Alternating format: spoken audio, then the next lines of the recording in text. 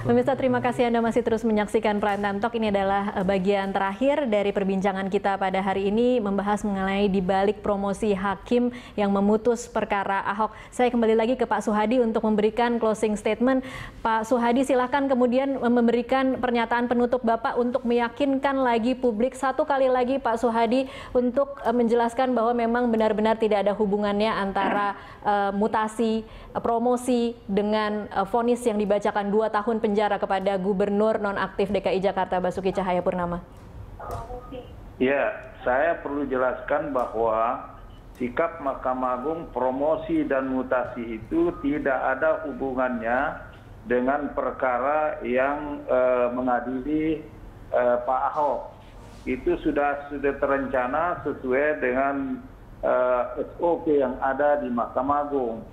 Bagaimana promosi dan mutasi setiap hakim di seluruh Indonesia. Ini hanya kebetulan bahwa waktu yang sudah ditetapkan jauh hari itu berdekatan dengan putusan yang diambil terhadap perkaranya Pak Ahok. Ya. Baik, terima kasih Pak Suhadi. Saya ke Pak Joko sekarang. Ada yang sempat tadi belum kita bahas adalah mengenai daerah-daerah yang kemudian menjadi tujuan dari hakim-hakim 3 hakim yang dimutasi ini ke Bali, kemudian ke Bandung dan juga ke Palu. Apakah ada preferensi khusus dengan daerah-daerah ini, Pak Joko? Ya, terima kasih. Sebenarnya berkaitan dengan mutasi dan promosi hakim. Tadi kalau nggak salah kan ketua majelisnya itu dipromosikan ke Bali ya, hakim tinggi ya. Kalau saya membaca di aturan Mahkamah Agung, memang untuk hakim tinggi yang promosi pertama itu memang biasanya harus ke luar Jawa gitu, Sedangkan untuk hakim-hakim tinggi yang di Jawa, biasanya itu untuk hakim tinggi yang setelah mutasi 2-3 kali di luar Jawa baru bisa masuk. Mengapa harus keluar Jawa dulu, Pak Joko?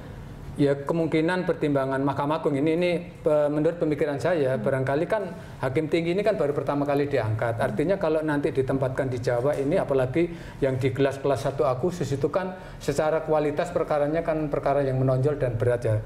Sehingga untuk memberi pengalaman hakim tinggi yang pertama, mungkin ya pemikiran Mahkamah Agung baru ditempatkan di luar Jawa duluan gitu ya. Baik, saya ke Mas Togi terakhir. Mas Togi, ini kan kalau kita lihat gelombang aksi yang tidak puas terhadap putusan itu begitu besar. Betul. Kemudian ditambah lagi dengan kasus mutasi hakim yang hanya dilakukan 1 hari setelah mereka memutus vonis itu. Betul. Nah, untuk masyarakat yang kemudian masih tidak puas, ada juga kuasa hukum yang juga mempertanyakan, apa sih yang bisa dilakukan untuk kemudian meminta atau menuntut kejelasan yang lebih memuaskan hati lagi dari Mahkamah Agung untuk menyatakan bahwa memang tidak ada hubungannya? Saya rasa penasaran itu wajar ya, mengingat ada beberapa pertanyaan besar mengenai putusannya, mengenai vonisnya sebagaimana saya sudah sampaikan di awal, yaitu putusan yang melebihi tuntutan, penetapan penahanan yang dikeluarkan bersamaan dengan putusan, dan kemudian juga ditambah dengan 1 hari setelah itu 3 dari 5 dipromosikan gitu. Tapi saya tegaskan bahwa korelasi itu belum tentu kausalitas. Jadi sekarang kita bisa lihat bahwa memang ada argumen yang sepertinya mengarah bahwa promosi ini adalah hadiah, ada juga argumen yang mengarah bahwa ini bukan hadiah. Saya juga percaya bahwa Mahkamah Agung, Badilum khususnya, mengikuti peraturan yang memang ada untuk promosi dan mutasi hakim. Tapi kemudian mereka juga tidak bisa berlindung di balik aturan itu, karena banyak fakta-fakta lain di luar yang bisa kita pertanyakan. Seperti misalnya dari jumlah berapa 6.000, 7.000 hakim yang ada di Indonesia, kenapa 388 dan kenapa 3 ini yang dipromosikan? Kenapa lokasinya di situ? Gitu. Jadi sekali lagi juga perdebatan ini tidak akan berakhir. Yang bisa menjawab karena asimetri informasi tersebut, yang bisa menjawab adalah kalau Mahkamah Agung mau mempertimbangkan betapa menjadi perhatiannya kasus ini, menjadi pentingnya kasus ini di mata masyarakat, mau membuka mungkin tidak seluruhnya, tapi sedikit.